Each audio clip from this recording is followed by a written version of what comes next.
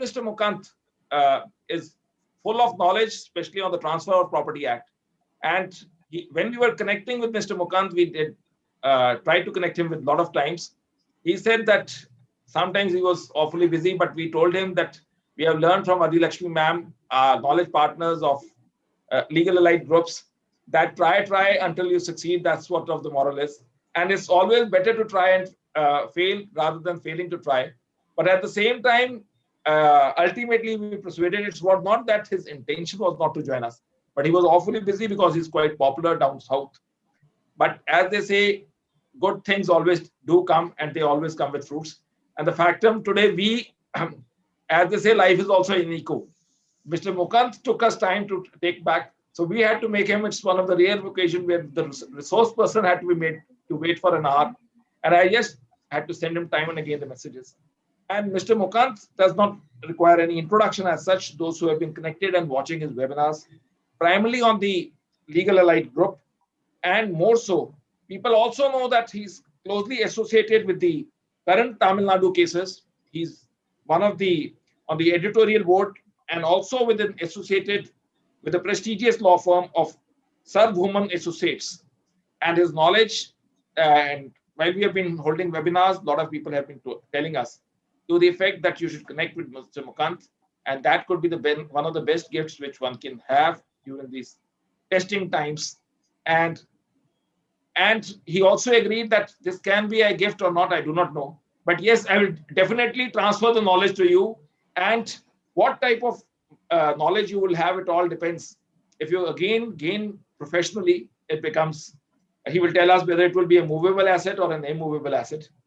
And for all these sites and insights, besides the legal takes, I'll request Mr. Mukunth, before taking Mukunth to take things forward, I know that Ma'am Adi Lakshmi has rescheduled her time only for this session. She had been kind enough, and she has the next session going on. I don't want the other people should also keep on waiting for the next session. I will request Ma'am Adi Lakshmi, our knowledge partner, to share her thoughts, and then she can take things forward. Thank you so much. Even though we are starting in late, this is late because Mr. Mukunth gave us a long time to give the appointment. So the God has given him a little longer to wait to connect us. So even though it is going to be late, it's going to be a very good session from Mukunth sir on gifts, because Legal Zealite have been connected with him. He is one of the organizing committee of the Legal Zealite, and sir is part of now the Beyond Law CLC. And I should appreciate my brother from Punjab or Haryana taking in back-to-back sessions with an official one. This all happens, and no hard feelings here. And everyone are waiting to hear Mr. Mukunth. And one thing, after Mukunth's session, we will be starting our Legal Zealite program. Just straight from here, we can connect. I'll keep everyone posted in our WhatsApp group. Thank you so much, Vikas, for connecting me time and again. Thank you. And Mr. Mukunth, sir. And this is a platform, and this is the flying your wings of, and he was a little reluctant. Should I go there? Should I go not to go there? But sir, I tell you, you are such an excellent speaker, and this platform will be inviting you time and again. Thank you. Thank you so much. Welcome, every one of you. Yeah, I couldn't have asked anything better, because Sister Adi Lakshmi has already said that we will keep on inviting her, but with a promise that next time it will be on schedule. And as I said, that Mr. Mukunth is all popular, and we are about to touch 100, and it's already live streaming on the YouTube and Facebook. But without taking much time, I appreciate that the students and lawyers and all judicial officers would be quite busy with their schedule. Though we had kept in mind that we had asked Mr. Mukunth to keep a short and snippet talk, but be that as it may, we all are willing to take all things with grabs. Over to you, Mr. Mukunth. Thank you, Mr. Vikas and Adi Lakshmi Madam for your warm welcome in the platform. I am in fact delighted to be the part of Legal Elite, and now with Beyond Law CLC. Nice of you, Mr. Vikas, for this opportunity. So I shall straight away go into the subject concerned, that keeping the time limit, I am concerned about the other person whose lecture is also scheduled next to me. So we will start with a brief thing about gift. See, this I have categorized this subject, that is this lecture, into some 7 segments. This is a very short chapter in Transfer of Property Act. The portion gift is dealt in chapter number 7 of the Act. The structure of the lecture would be dealing with ingredients, that is essentials, about registration, about the various types of gifts, how the validity and otherwise of the gift, the revocation of the gift, the proof, how to prove the gift, and the nomenclature, what normally advocates contemplate before a court, whether it's a gift or a will, and other aspects of gift. This is how I have structured. So I shall deal with it one after the other now. Now, section 122 to 129 of this chapter number 7 deals about gift. Section 122 alone can give us much light on this aspect gift. It has interconnectivity with other provisions of the Transfer of Property Act as well as the Contract Act. If we read section 122 alone, we can nearly connect to around 20 sections, from 10 sections at least from the Contract Act and another 10 sections from the Transfer of Property Act. So this, in fact, this chapter, this particular section 122 gives us an opportunity to lay our hands on various aspects of the Contract Act, of the Registration Act, of the Transfer of Property Act. Section 122 deals with several facts or several terms. It deals with transfer, it deals with existing, it deals with movable or immovable, voluntary, without consideration, donor, donee, acceptance. By just defining the term gift, the entire gamut of the Transfer of Property Act is injected into this section. I'll just read it so that you will be able to appreciate whether all these words find place in my statement. Section 122. Gift defined. Gift is transfer of certain existing movable or immovable property. Transfer. For the term transfer, we can connect it with section 5 of the Transfer of Property Act. It can be linked with section 7 of the Transfer of Property Act. It can be again linked with section 10 to 34 of the Transfer of Property Act, where it imposes certain conditions in transfer. Particularly section 25, section 19, we will deal with it later. So gift is a transfer of certain movable or immovable property made voluntarily. Voluntary, that is not by force. Again, we can draw our attention to Contract Act. Section 14, section 13, consent. It should be a voluntary transfer. It cannot be induced. There should not be any coercion. There should not be any fraud. Then, and without consideration. Section 2D of the Contract Act. By one person called the donor to another called the donee and accepted by one or on behalf of the donee. So the term contains several, the section contains several terms of which we will elaborately discuss in detail in brief. In fact, we will try to deal it in brief. Now, so far as the commencement of this section, it contains a term transfer. As I suggested, the term transfer is contained in section 5. Most important section to understand the entire Transfer of Property Act. It points the transfer inter vivos. Inter vivos means between two living persons. If there is a transfer from one living person to another living person, then the Transfer of Property Act will apply.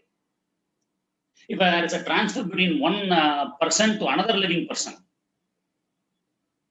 then again the Transfer of Property Act apply in the form of section 13, that is unborn child. If a transfer is made by a living person after his death, then Succession Act would apply. So we have to be vigilant in seeing whether in these type of transfer, these two persons, that is donor and donee, are living. They are eligible to contract. Whether they can convey the property. Now, again, what they can convey. This transfer should be read along with section 6. Section 6 puts an embargo. It says all things can be transferred except mentioned in section 6. That is, section 6 contains different segments, that is from section 6A to H. Section 6H is more important so far as gift is concerned. We cannot gift a property for immoral purposes. So section 6 will operate in section 122. Then section 7, person competent to transfer. If at all a person have to give the gift, he must be competent to transfer. A gift is a transfer of ownership. So he must be competent to transfer. If he is not competent, then the gift cannot be made. So every person competent and entitled to transferable property can make a gift. So it is essential to also have a thought over section 7 of the Transfer of Property Act. Then the moment the gift is made, all other aspects are incidental. If we give the land, all appurtenance attached to the land also goes. Section 8 comes into play. Easementary right also is transferred. If it is a house, all other things attached to the house goes. If it is a debt, then the interest portion of it is gifted along with the debt. If a money is gifted, then again the investment portion, the interest portion also travels. So we can connect section 122 with section 5 to 8 of the Transfer of Property Act. The most important thing in the gift is the term existing. A person can transfer or convey from one to another only if the property is existing. The term is it is emphasizing that no one can transfer any property which he may acquire it in future. So there cannot be a transfer with respect to a future property. So the subject matter must be existing. It can be both movable or immovable property. So that must be available. The property, if it is not available, he cannot gift. Then, insofar as immovable property, if it is gifted, we know it can be done by a registered instrument. We can connect 122 with section 123 of the Transfer of Property Act. So registration is mandatory. Insofar as movable property is concerned, the gift can be made by just delivery or even by an instrument. Example, if you gift a pen, doesn't require any registered instrument. If you wish to gift a Kohinoor diamond valuing around 10 lakhs, the person feels that it has to be recorded, he can do it by a registered instrument. So even for movable property, the registration is optional. It is not compulsory. But what is compulsory is delivery. It should be delivered. The term delivery, we have to link it with section 2.2 of the Sale of Goods Act. What the provision says, it says there should be a voluntary transfer from one person to another. Unless it is accompanied by a voluntary transfer, the gift will not operate. So the gift with respect to movable property can be by a written instrument or by simple delivery, but delivery is essential. Now, insofar as the gift is concerned, the most important component is no consideration. The gift, it is a gratuitous transfer. It is given freely. It is given out of love and affection. So, if there is a consideration, then it cannot be treated as gift. So when we read section 2D of the Contract Act, it says for every arrangement of a contract, for any offer and acceptance, there should be consideration. A contract will fail if there is no consideration. The exception is gift. We cannot value the love and affection. Can we value it with can we quantify our affection towards a person with money? That cannot be. Can we quantify our religious belief with money? It cannot be. So therefore, the gift must be without consideration. Can we exchange gift? Yes, but it should be independent. You give it to one person, he may give it to reciprocally, he can give it to you. But it cannot be by way of an exchange deal. Because if we see the term exchange, the last word of that section says that it should be treated as a sale. Section 1. So it is very, very specific that there cannot be the exchange of gifts in a same document. It should be treated as sale. Now, the gift can be made for past voluntary service. A person has worked with us for so long, you can gift a property. That is possible. The ultimate beneficiary must have to take it.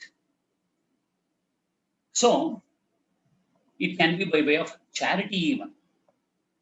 The another concept built in under this section is voluntary. The gift should be voluntary. Now we may have to link this section along with section 14 of the Contract Act. Section 14 says about consent, free consent. That section includes 5 other sections also. That is coercion. In a contract, there should be no coercion, no undue influence, no fraud, etc.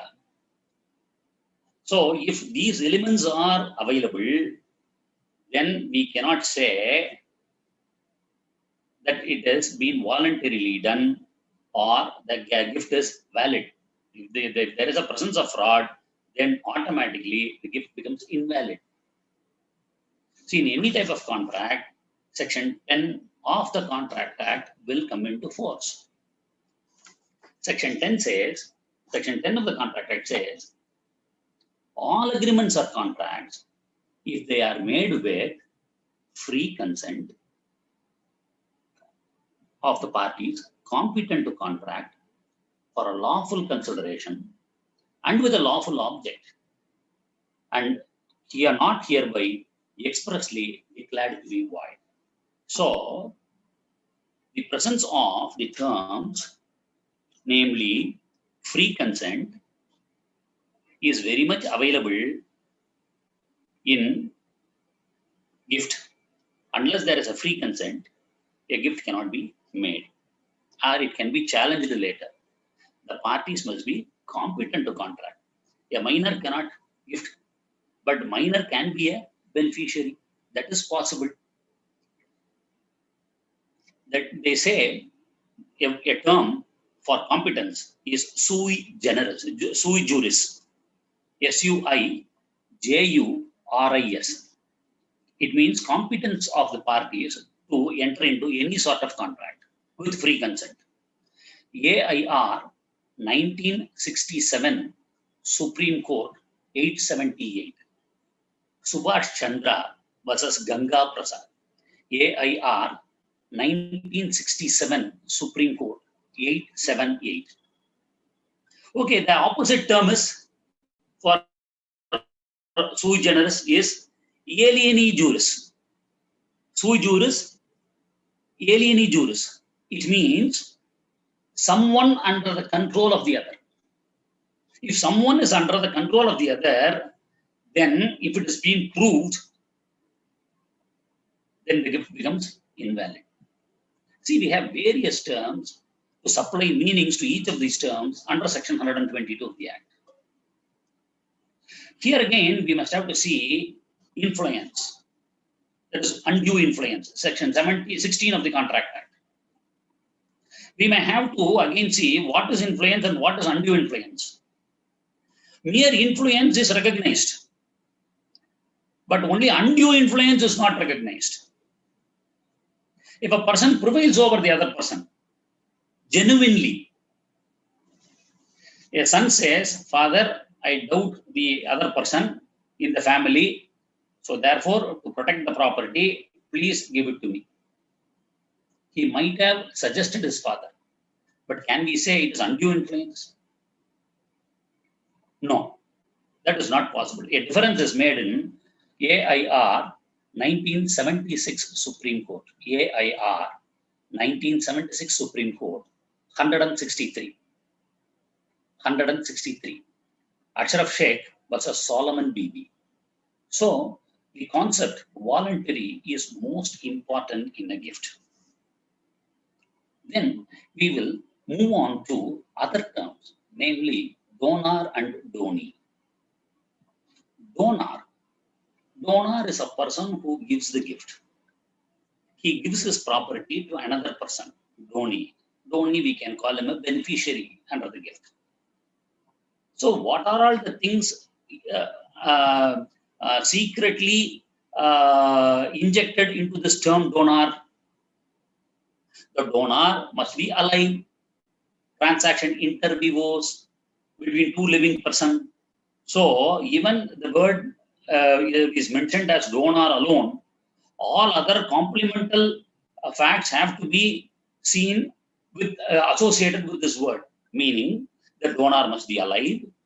He must be competent to contract. He must not be incompetent under section 11 of the Contract Act or even 12 of the Contract Act. So in anything which governs the contract, section 10, section 11, section 12 of the Contract Act will automatically apply. When we read section 11 of the Contract Act, normally we relate it to only minors. Minor is incompetent to contract. Fine. But what are all the other terms that section 11 has in the Contract Act? Who are competent to contract? Section 11. Every person is competent to contract who is of the age of majority. Fine. So a minor cannot contract. And who is of sound mind? We have to link it with section 12. Who is of sound mind too? And person not disqualified from contracting. If he is an insolvent person, he is disqualified from contracting. And if he is not being prohibited by law. So the donor must have to satisfy these conditions. Only then any gift made by him will become valid. So else it becomes void. Similarly, when we see donee, a donor cannot be a minor because he cannot independently give the property. But a donee can be a minor.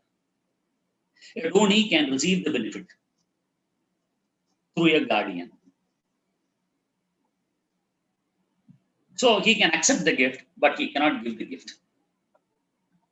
And one another fact we have to see is acceptance is presumed for a minor unless he repudiates it at a later point of time after attaining majority. So if after attaining majority, if he refuses the gift, then it becomes invalid because he was in legal disability till he attains the age of majority. This we can link it with section 127 of the Transfer of Property Act with respect to onerous gift, whether he is entitled to accept an onerous gift. What is his right? We will discuss it later. At the same time, one another fact we must be very conscious of it is donee must be an ascertainable person in case of contracts. And it cannot be a general public, else it will be called a charity. Now, we may have to jump to another important term, acceptance. What is acceptance contemplated in section 122? So 122 is such a wide section compressed into 3 lines. Acceptance. A person accepts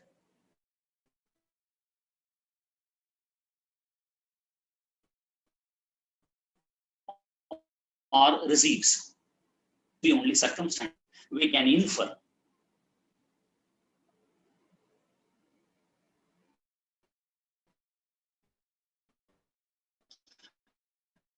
But this acceptance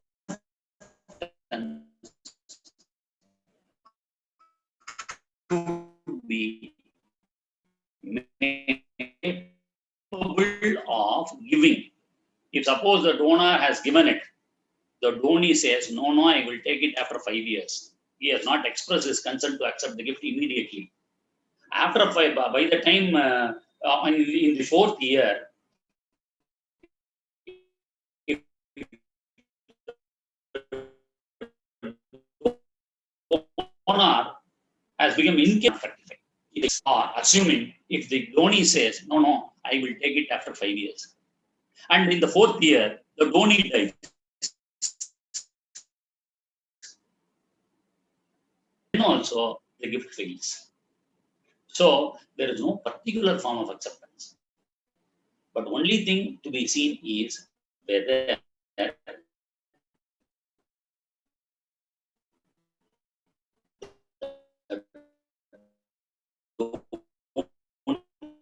he has accepted it. During the life, acceptance can be expressed or even implied. The donee can say, yes, he has accepted the gift. The donee can say, no, I am refusing it. Or in case of implied acceptance, the donee does something in furtherance of the acceptance. Suppose a property is gifted to him, a landed property is gifted to him. He does not express anything. But immediately after the gift, he raises some construction. It means implied acceptance. So this acceptance is a term, we cannot say strictly that this is a form of acceptance. It can be in different forms. Maybe receiving the document, being on the side of the donor, giving some circumstances for acceptance. But mere silence alone does not amount to acceptance. That we have to be very cautious of it. There can be a specific recital in the document saying that he has accepted. That is also a form of acceptance. Possession delivered is a form of acceptance. Rent collected by the donee is a form of acceptance. So there are several forms of acceptance. We cannot codify it into a single one. But depending upon the circumstances of the case, we can come to the conclusion whether the gift had been accepted. This another factor is whether the gift is acted upon. If it is certain circumstances, then we can take it that the gift is acted upon. So else the gift again reverts back to the donor. So 3 important things is, 1, there is no particular mode of acceptance. It can be even by the donor, and one another fact, Just because the possession is given, it does not mean that there can be some conditions saying that the donor retain possession. That we will be discussing, that there should be vesting of right in present time to the donee. That is, it must be clear that the gift has been given. It has been fully transferred. That is, it must be transferred. The ownership must have been transferred on the day of the gift. That we will discuss in the course of the discussion. So now, 2004, 1 SCC 581. 2004, 1 SCC 581. Here, mother gifts school building to a minor son. He was aged 16 years. She reserves a right to manage the entire school. See the circumstances here. Son reads the paper and hands over to the father. Now, it is implied acceptance by son. After attaining majority, he did not repudiate the gift. Mother, can she give it to her daughter? It is not possible. Mother, in this case, again executes a will in favor of her daughter. The court said no, it cannot be made. The gift is complete the moment that you have given it to your son. Just because that he was a minor and there was no attendant circumstances of his express acceptance, it cannot be called that the gift is invalid. So the gift is valid. That has been in 2004, 1 SCC 581. In Asokan versus Lakshmi Kuti, that is, this is a Supreme Court judgment, 2008, 1 MLJ 193, Madras Law Journal 193. Handing over possession is sufficient. Handing over possession is sufficient. So,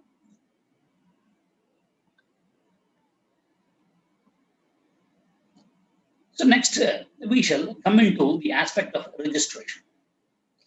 To understand the concept of this 122, 4 essential elements are necessary. We can relate it to the term dare, D-A-R-E, dare. If these 4 letters are available, we can call it a gift. 1, delivery, D for delivery, A for acceptance, R for registration, E for execution.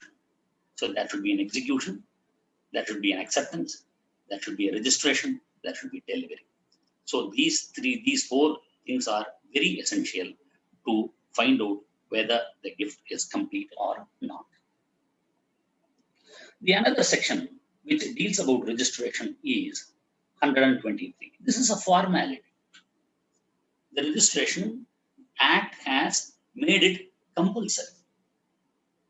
We can relate it to section 17 of the Registration Act. This is a mode of making a gift. That is, a registration is a mode of making a gift.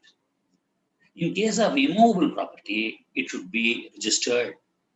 Section also says if it is less than 100, it need not be. In case of a movable property, it can be either registered or by delivery. Section 2.2 of the Sale of Goods Act. If it is documented, if it is with respect to immovable property, 3 other important things have to be taken note of. 1 is a registration. 2, it should be signed by the donor. 3, it must be attested by at least 2 witnesses. It is most essential. And registration is compulsory. 2015 4 SCC 2015 4 SCC 601 Om Prakash versus Shanti Devi. this case law mentions about the requirement of a complete gift. Now, what happens if there is a gift? It is complete also. That is, the donor gives. The donee also accepts. But before registration, the donor dies. Can we call it that it is not a gift? No, it is a valid gift. It has complied with the ingredients of section 122. Gift defined. A transfer has been made on that day. It has been accepted. It is with respect to existing property. The donor and the donee are competent enough to accept and is a give and accept. So even then, even if there is no registration, the gift can be completed and the registration can be made even after the death of the donor. The only thing is that provided it should have been accepted before his death. So the registration can be made after the death of the donor. Then again, at this juncture, we have to relate this 123, that is the section 123, to section 48 of the Transfer of Property Act. This deals with doctrine of priority. In an old case, that is Venkataraman Reddy versus Pillatti Rama Reddy. Venkataraman Reddy versus Pillatti Rama Reddy. 1916, 31 MLJ 690. It emphasized that the doctrine of priority will operate from the date of execution and not from the date of registration. So it means that the document can be registered even after the death of the donor. Again, one another aspect. The donor cannot revoke after execution and before registration. He has gifted the property fully in present time. But after 10 days, he has scheduled it for registration. Can the donor revoke it just because that it is yet to be registered? No. There again, we have to rely on a Privy Council judgment reported in AIR 1927 Privy Council 42. Kalyana Sundaram Pillai versus Karuppa Moopanar. It's a famous case. Kalyana Sundaram Pillai versus Karuppa Moopanar. So it says the donor cannot revoke after execution and before registration. So now we have gone through the definitions of gift and the registrations contemplated under law. Now we'll deal about the kinds of gifts. The gifts are broadly classified into valid and void.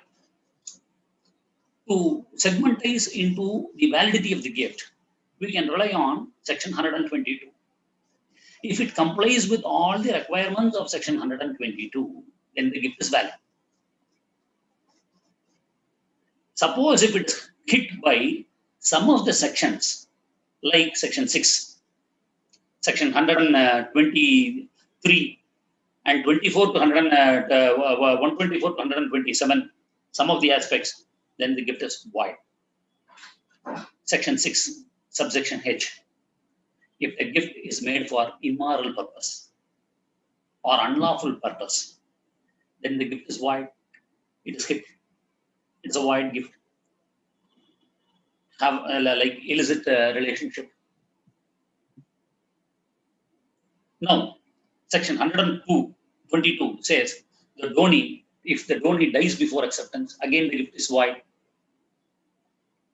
Suppose section 7 of the Contract Act, Transfer of Property Act, if the donor is incompetent to contract, then also the gift is void. If the gift, the donor cannot gift somebody's property, he is incompetent to contract. A person cannot gift the property what he does not have. Again, either the gift becomes void if it is hit under section 11 of the Contract Act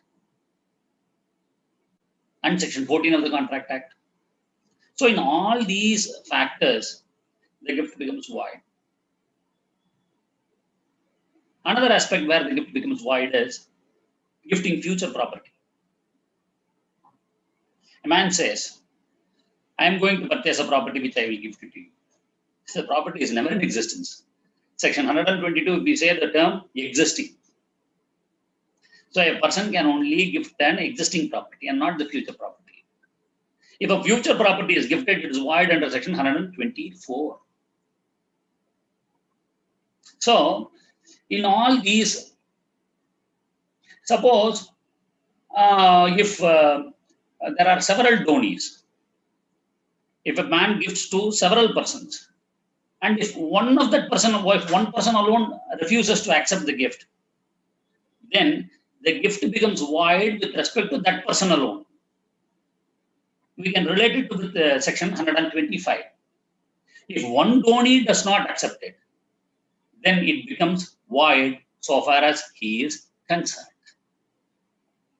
Then, in case of onerous gifts, another type of gift, onerous gift.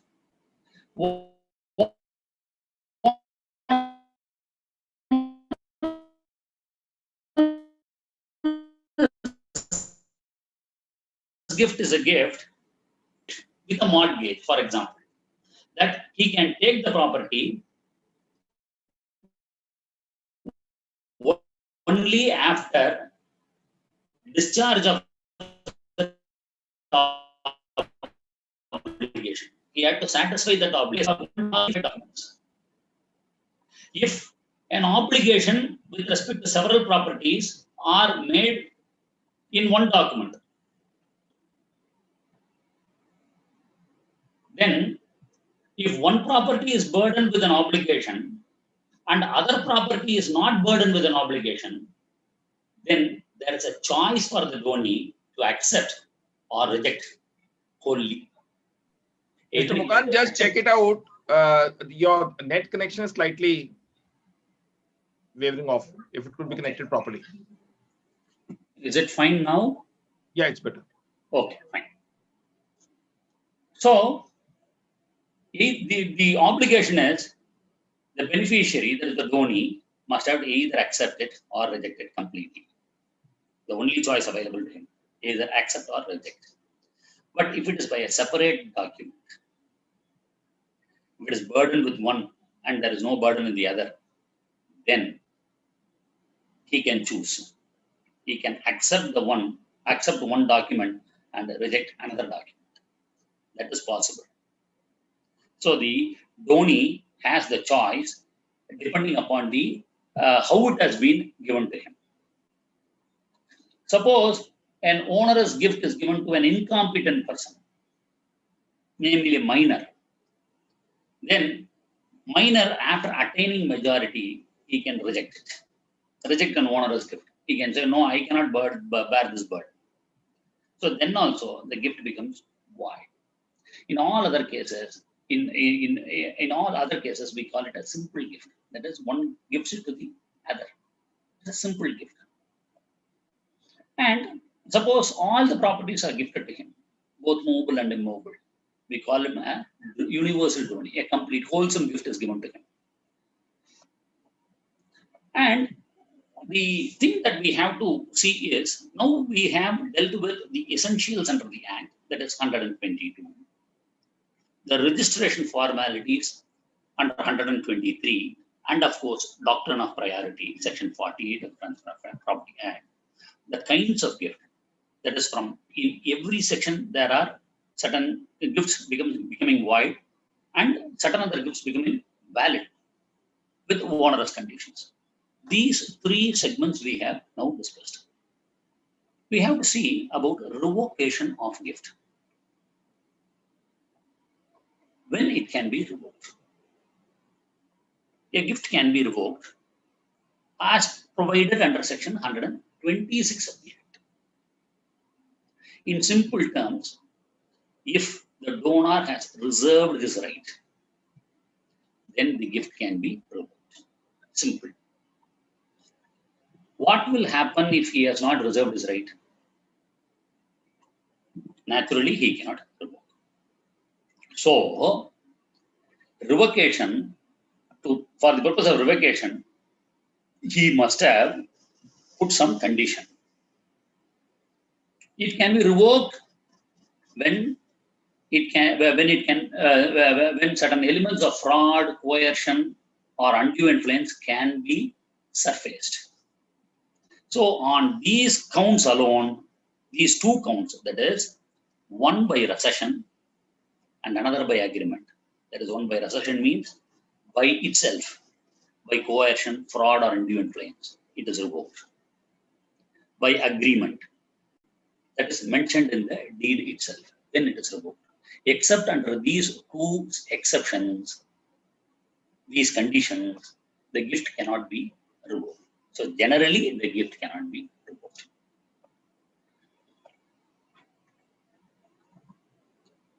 But revocation is valid before certain situations. Revocation is valid before acceptance. Before acceptance, a person can revoke the gift. If there is a contract, he can revoke. If the condition that he had to maintain, or if there is a condition that he has to marry this person, which within 5 years, if he has not done it, then condition precedent fails, then the gift gets revoked. We can connect it with the conditions mentioned in the Transfer of Property Act. On the happening of an event, not depending on the will of the donor. So, these are all the aspects in which revocation is possible, and in no other aspects a revocation can be made. Now, we will slowly, I am conscious about the other event scheduled after mine. I'll just brush up with respect to other aspects. Now, we have to deal with two other important aspects to come to the closure of this session. One is proof. How do you prove the gift? And another one is nomenclature in the gift, that is, will or gift. Now, with respect to proof, how a gift to be proved? See, now we have to see section 123 of the Act. It contemplates certain things like it must be a registered instrument, attestations, etc. If the formalities are complete, that is fine. Suppose if the gift is denied, then it should be proved. If the gift is not specifically denied, then it need not be proved through court of law. So unless it is specifically denied, then only it should be proved. So section 68 says, section 68 of the Evidence Act, section 68 of the Evidence Act contemplates proof of will, but it says all other document, unless it is specifically denied, it need not be proved. If the donor admits the gift, it need not be proved by calling an attesting witness. So when a gift is denied, we may have to necessarily fall upon the attesting witness, whoever is alive, to bring and prove it. So if the donor accepts, then the gift need not be proved. AIR 2001 Supreme Court. AIR 2001 Supreme Court 2040. Surendra Kumar 2040. Surendra Kumar versus Nathu Lal. If it is admitted, section 68 proviso will apply. Then gift need not be proved. But if it is specifically denied, then a burden is cast on the person to prove it. Now,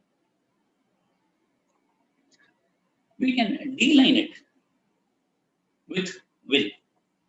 See, will operates after the death of the testator, whereas gifts operate immediately. That is why it is better to gift the property than bequeathing it. The choice is always with the person who executes it. No, but in case of will, two things are essential. That is, examination of the attestor and proof of the whether there is no suspicious circumstances. Of course, that will also apply for gift. it depends upon the facts and circumstances of the case. Examination of a witness is not mandatory insofar as gift is concerned if it is not specifically denied.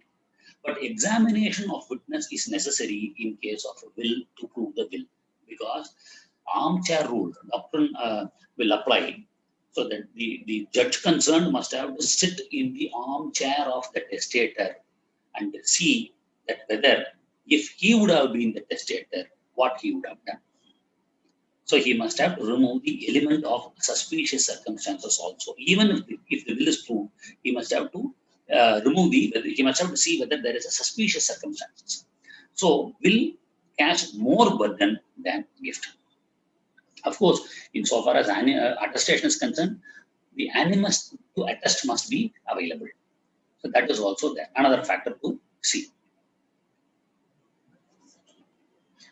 Now, we shall slowly go into the category of nomenclature in the document. I am just coming over to the end of the session. Nomenclature. See,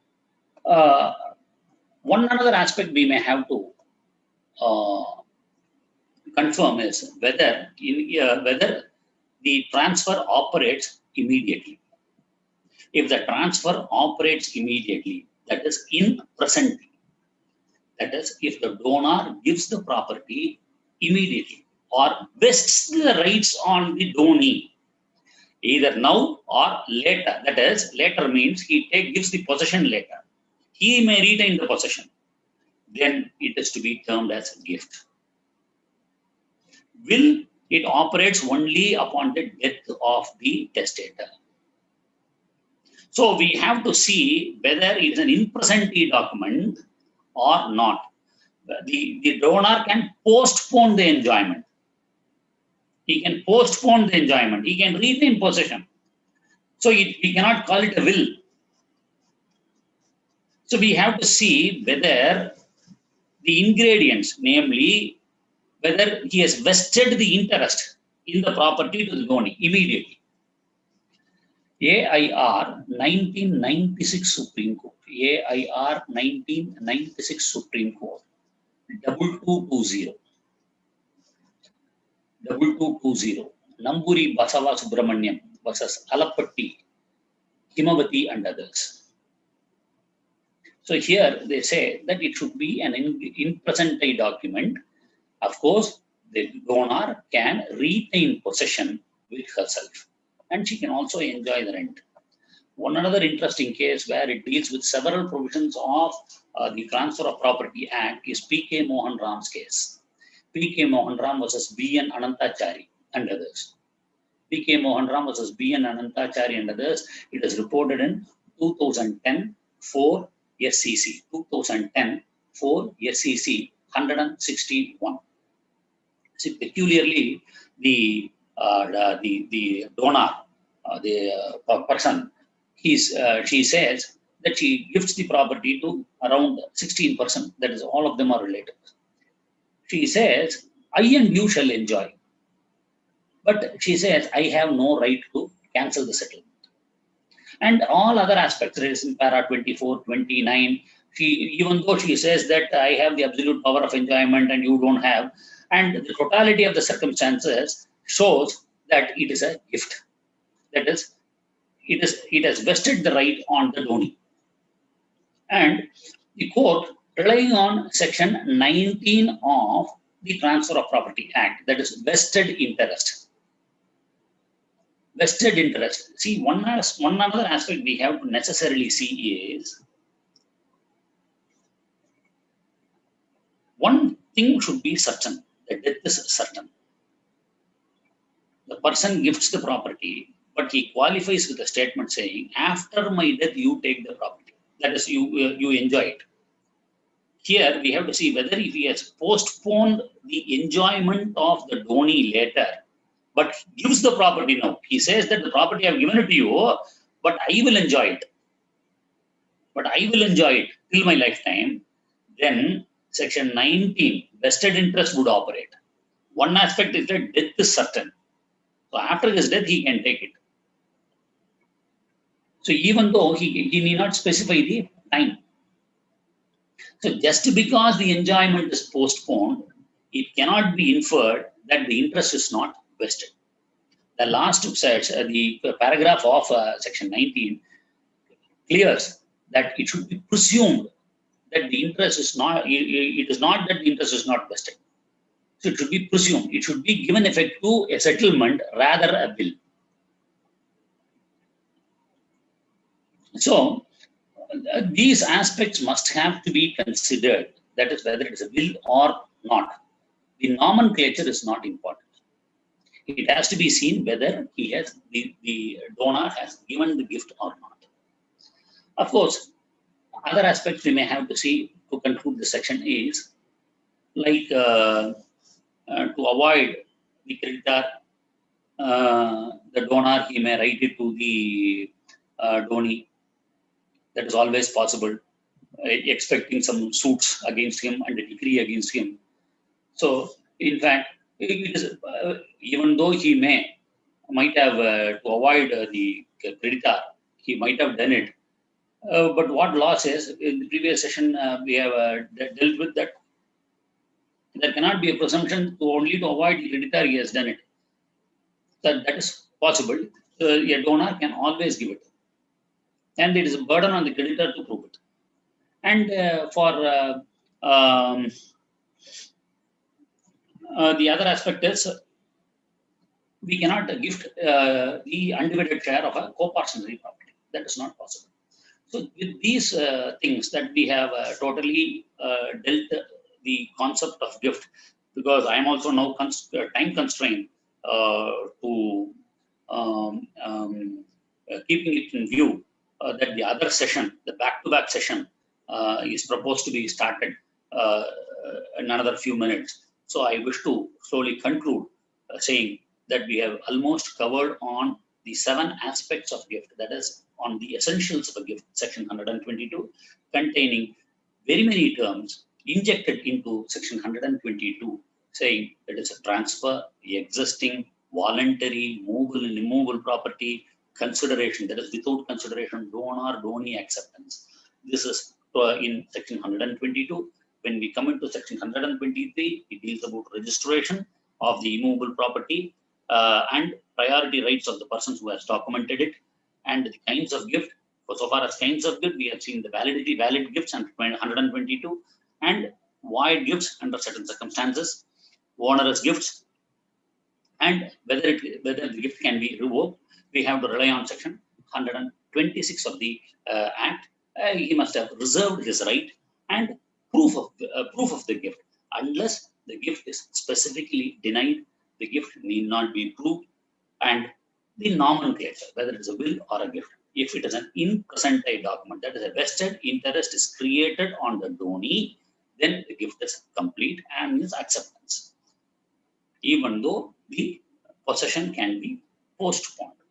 If it is in case of a bequest, then the will comes into force only after the death of the person, that are the testator. So this is the broad aspects of the today's lecture, and I request Mr. Vikas to take over.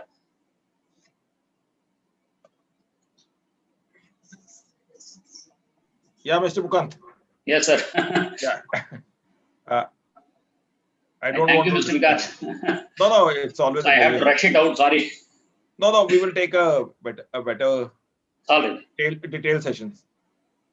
This is by Naveen Kumar. Revocation would be only once gift is made. If no acceptance, gift is not complete. So the question of revocation does not arise. What is your take? Pardon me, Mr. Vikas, can you? Revocation would be only once gift is made. If no acceptance has been made, then gift is not complete. So the question of revocation does not arise. What Yes, is it will not arise. The gift is not complete. Only if the gift is complete, it can be revoked. This is by Dhamaraj. Any limitation of time for the registration after execution? Again, come up. What is the period of limitation for registration after execution? That is as contemplated in the Registration Act. 120 days. Okay. Section 23, I believe, of the Registration Act. So whenever the document is made, we have to register the document within, I hope it is within 4 months. It has to be done. That is provided under the Registration Act. To give effect to the execution of the deed, it has to be registered within such time. Yeah. This is by Gayatri Ranjan. Can there be a gift to a child in a womb? Yes. Transfer to unborn person is allowed, provided there should be a living person, a prior interest to be created before an absolute right is made. Yeah. Some have written that they have missed the recording because we started late. They can see this on the Beyond Law CLC YouTube. Yes, sir. Then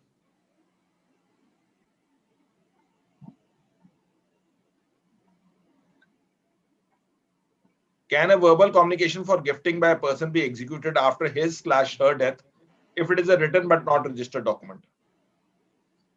See, registration becomes compulsory. These are all issues of fact to be proved.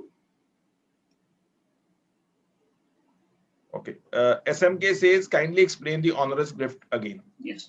Onerous means a burden attached to the gift. The donor gives the property along with some obligation to meet. For example, if he gives a house and at the same time the house is mortgaged to a bank, then the donee who accepts the gift must have to take the gift along with that obligation to pay the discharge the mortgage. So that is it comes with an onerous. It comes with an obligation. That is onerous gift.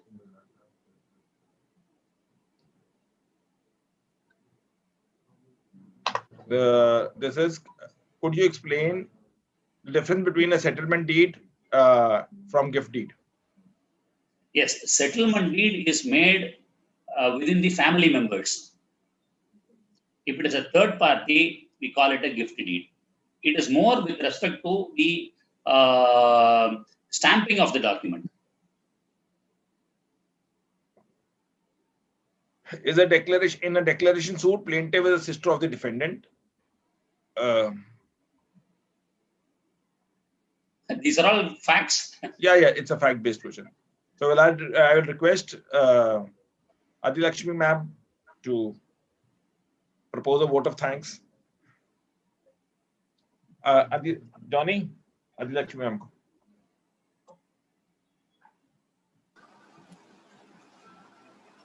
Thank you so much, Mukunth sir, for such an excellent session. In fact, it was very nice to hear. A little bit of technical issue was complained, but I could hear the whole session.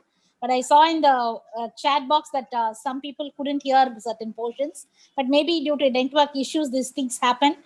And in fact, as Vikas told, Mukunth's session was a gate crash. When I was worried whether people will join when you have a change of schedules happening, but I never expected the whole team has joined in along with Mukunth.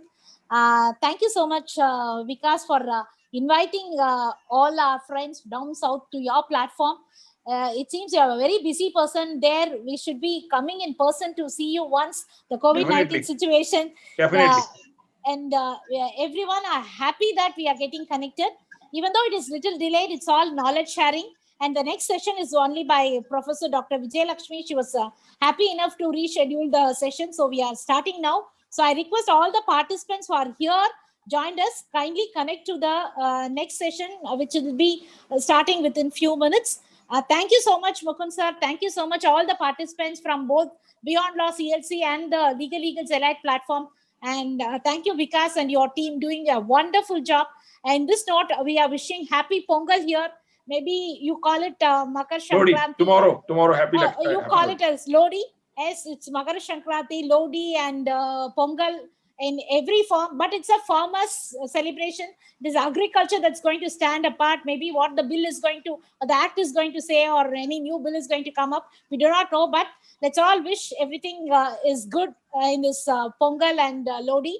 Thank you so much, Vikas. Thank you. Thank you, Mr. Vikas. Thank you. So much. Finally, they say good things do take time, but they actually deliver. So that was the day for today. And now we will take the sessions forward. And tomorrow, do stay connected with us at 5 p.m. Legal protection of environment under the Constitution of India. He's a Mr. Dr. T.R. Subramania is a former Vice Chancellor of Karnataka Law University, and presently he's the Dean of CMR School of Law, Bangalore. So do stay connected with us. And everybody, happy Pongal and Lori and Mahasakranti. Tomorrow we will meet. Everyone stay safe.